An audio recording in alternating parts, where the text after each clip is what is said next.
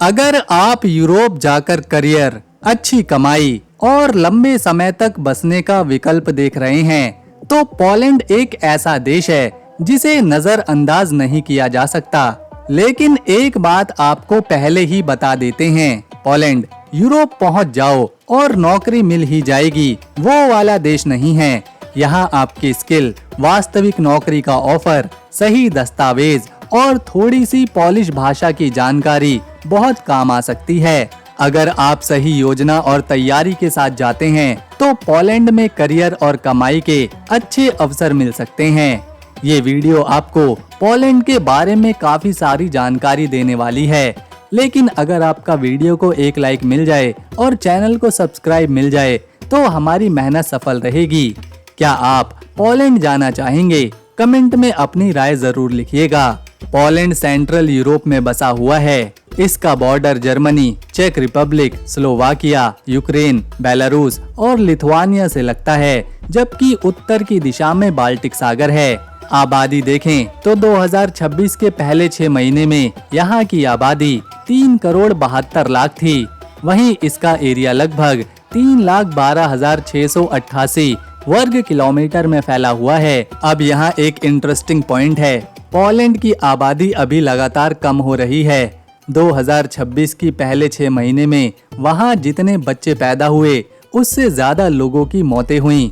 इसी वजह से देश की कुल आबादी में और गिरावट आई है। और अगर आप जॉब और करियर के नजरिए से पोलैंड को देख रहे हैं, तो ये चीज काफी मायने रखती है, क्योंकि आने वाले समय में अगर वर्किंग एज पॉपुलेशन कम होती है, तो कंपनियों को स्किल्ड लोगों की जरूरत और ज्यादा होने वाली है। यानी कुछ सेक्टर्स में स्किल्ड वर्कर्स की डिमांड तेजी से बढ़ने की संभावना है। पोलैंड में फॉरेन वर्कर्स की मौजूदगी पहले से ही काफी ज्यादा है। जनवरी 2026 के आखिरी तक पोलैंड में करीब 12 लाख विदेशी लोग काम कर रहे थे।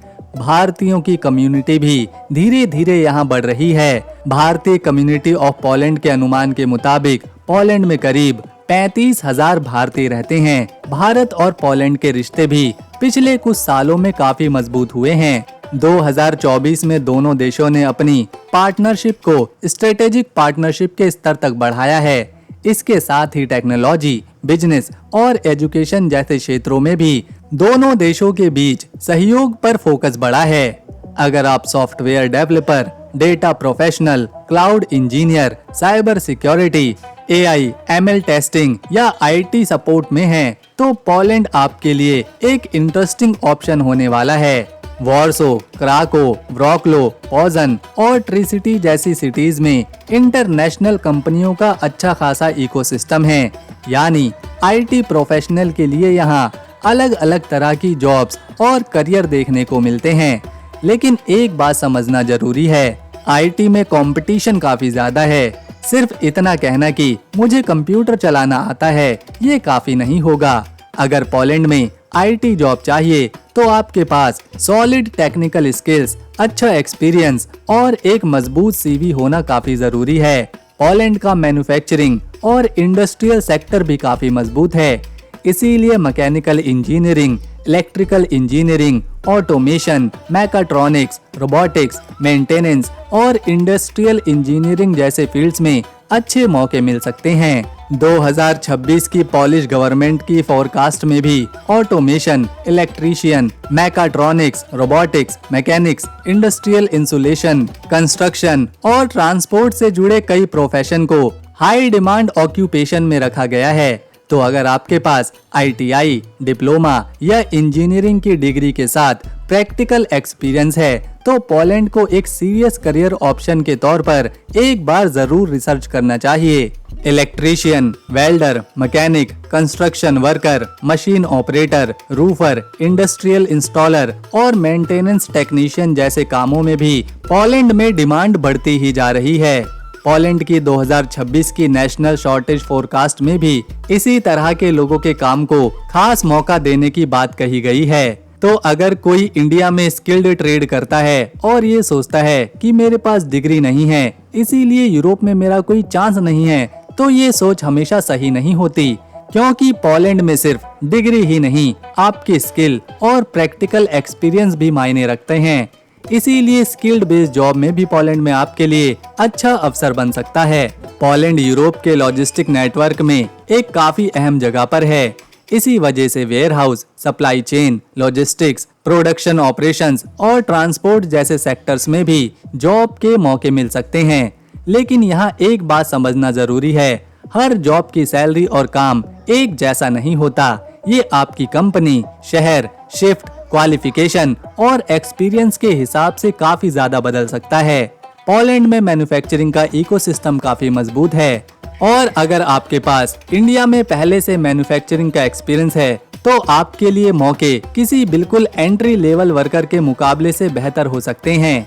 यानी आपका पहले का एक्सपीरियंस पोलैंड में जॉब ढूंढते समय काफी काम आ सकता है। डॉक्टर, नर्स और दूसरे हेल्थ केयर प्रोफेशनल्स के लिए भी पोलैंड में मौके ही मौके हैं। लेकिन यहाँ एक बहुत जरूरी बात पर ध्यान देना जरूरी है। आपकी क्वालिफिकेशन की रिकग्निशन, प्रोफेशनल रजिस्ट्रेशन और लैंग्वेज रिक्वायरमेंट जैसी चीजें लागू हो सकती हैं। इसीलिए अगर आप डॉक्टर, नर्स या किसी दूसरे हेल्थ केयर प्रोफेशनल में हैं, तो पोलैंड जाने से पहले अपने प्रोफेशन के लाइसेंसिंग और रजिस्ट्रेशन के नियम को अलग से जरूर जांचें।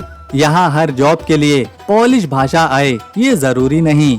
आईटी और मल्टीनेशनल कंपनियों में खासकर स्किल्ड प्रोफेशनल रोल्स में कई बार इंग्लिश से ही काम चल सकता है।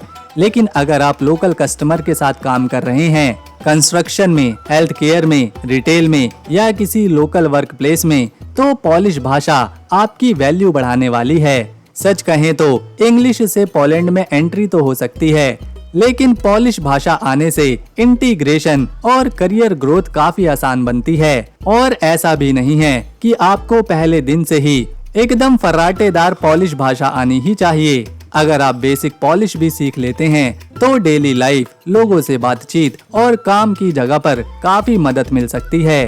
पोलैंड की करेंसी को पोलिश ज़्लोटी कहा जाता है और एक पोलिश ज़्लोटी भारत के 25 रुपए के बराबर है।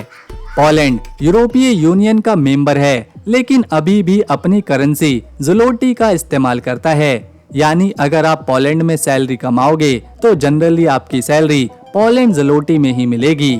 अगर आप इंडिया से पोलैंड में जॉब के लिए जाना चाहते हैं तो आमतौर पर national visa type D relevant होता है। पोलैंड की ऑफिशियल जानकारी के मुताबिक टाइप डी नेशनल वीजा लंबे समय तक पोलैंड में रहने के लिए इस्तेमाल होता है और इसे वर्क या स्टडी जैसे उद्देश्यों के लिए जारी किया जा सकता है। इस वीजा की अधिकतम वैलिडिटी आमतौर पर 1 साल तक रहती है, लेकिन आपको कितने समय तक पोलैंड में रहने की अनुमति मिलेगी ये आपके वीजा की कंडीशन पर निर्भर करेगा।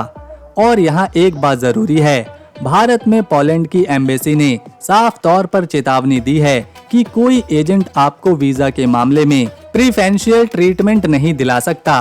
वर्क या स्टडी नेशनल वीजा के लिए आपको ऑफिशियल ई कंसुलेट रजिस्ट्रेशन प्रोसेस ही फॉलो करना होगा। इसीलिए जो भी एजेंट आपको 100% पोलैंड वर्क वीजा गारंटी जैसी बात कहे, उससे बहुत ही सावधान रहें। आखिर में सबसे जरूरी चीज जेन्युइन जॉब ऑफर और सही डॉक्यूमेंट्स, इन्हीं के आधार पर आपका पूरा प्रोसेस आगे बढ़ेगा। पोलैंड में आप वर्क या रेजिडेंस परमिट के जरिए कानूनी तौर पर रह सकते हैं। आपकी परिस्थिति के हिसाब से आगे चलकर परमानेंट रेजिडेंस या EU long term residence status जैसे रास्ते भी खुल सकते हैं। European union long term residence के सामान्य रूट में 5 साल की लगातार कानूनी रेजिडेंस एक महत्वपूर्ण शर्त होती है। हालांकि किस तरह के रेजिडेंस को गिना जाएगा और कितने समय की रेजिडेंस मान्य होगी, इसके अपने अलग नियम हैं। वहीं परमानेंट रेजिडेंस ऐसा नहीं है कि पोलैंड में 5 साल पूरे होते ही अपने आप मिल जाएगी। इसके लिए अलग अलग एलिजिबिलिटी ग्राउंड और रिक्वायरमेंट्स होती हैं। वर्क के लिए temporary residence and work permit भी एक इम्पोर्टेंट रूट होता है। पोलैंड की ऑफिशियल इंफॉर्मेशन के मुताबिक ये परमिट आपकी सिचुएशन के आधार पर 3 महीने से लेकर 3 साल तक का दिया जा सकता है। पोलैंड वेस्टर्न यूरोप के कुछ देशों के मुकाबले रिलेटिविटी अफोर्डेबल हो सकता है, लेकिन वॉर्सो जैसे बड़े शहरों में किराया काफी ज्यादा है। आपका महीने का खर्च काफी हद तक इन चीजों पर निर्भर करेगा। आप यहाँ पर किस शहर में रहेंगे, आप सिंगल हैं या फिर फैमिली के साथ रूम शेयर करते हैं या प्राइवेट अपार्टमेंट लेते हैं। पब्लिक ट्रांसपोर्ट का इस्तेमाल करते हैं या कार रखते हैं, आपकी ईटिंग हैबिट कैसी है और सबसे जरूरी आपकी यहाँ पर सैलरी कितनी है। वॉर्सो में जॉब और अर्निंग के अच्छे मौके मिल सकते हैं, लेकिन यहाँ किराया भी बाकी कई शहरों के मुकाबले काफी ज्यादा है। वहीं कराको, ब्रोकलो, पोजनन और ट्री सिटी भी प्रोफेशनल्स और स्टूडेंट के बीच काफी पॉपुलर है। अगर आपकी शुरुआती सैलरी बहुत ज्यादा नहीं है तो शुरुआत में शेयर्ड अकोमोडेशन लेना एक स्मार्ट और प्रैक्टिकल ऑप्शन हो सकता है। इससे किराए का बोझ कम होगा और आप शुरुआती महीनों में पैसे जमा करने पर फोकस कर सकेंगे। पोलैंड में सर्दियां सच में काफी ठंडी होती हैं। भारत से जाने वाले किसी व्यक्ति के लिए पहली बार प्रॉपर यूरोपियन विंटर का एक्सपीरियंस काफी अलग हो सकता है। वहीं गर्मी का मौसम आमतौर पर काफी आरामदायक रहता है। लाइफ स्टाइल की बात करें तो पोलैंड में जिंदगी थोड़ी ज्यादा स्ट्रक्चर्ड महसूस हो सकती है। Public transport, office timing, appointment, paper work और नियम कायदे जैसी चीजों को काफी सीरियसली लेना पड़ सकता है। इसके अलावा पोलैंड में पर्सनल स्पेस और प्राइवेसी को भी काफी महत्व दिया जाता है। शुरुआत में ये बदलाव अजीब लगेंगे, लेकिन समय के साथ लोग इसके आदी हो जाते हैं। बड़े शहरों में आपको भारतीय रेस्टोरेंट्स और भारतीय लोग दोनों ही मिलेंगे। भारतीयों की कम्युनिटी भी अब वहाँ अच्छी तरह से स्टैब्लिश है। भारतीय कम्युनिटी ऑफ पोलैंड के मुताबिक वहाँ हजारों की संख्या में भारतीय हैं और ये ऑर्गेनाइजेशन नए आने वाले भारतीयों को पोलैंड में लोगों से कनेक्ट होने में मदद करती है। तो घर से इतनी दूर जाकर आपको बिल्कुल अकेला महसूस करना जरूरी नहीं है। अगर आपका करियर स्टेबल हो जाता है और आप अपनी लीगल रेजिडेंस बनाए रखते हैं तो आपकी फैमिली के लिए भी परिस्थितियों के हिसाब से रेसिडेंस के ऑप्शन खुल सकते हैं। लेकिन फैमिली को शुरुआत में ही साथ ले जाना है या बाद में बुलाना है, ये आपके रेजिडेंस परमिट, स्टेटस और फैमिली की परिस्थितियों पर निर्भर करेगा। तो दोस्तों, अगर आपको हमारी इन्फॉर्मेशन वीडियो पसंद आई तो चैनल को सब्सक्राइब करें और जाते जाते इसे एक लाइक भी दें।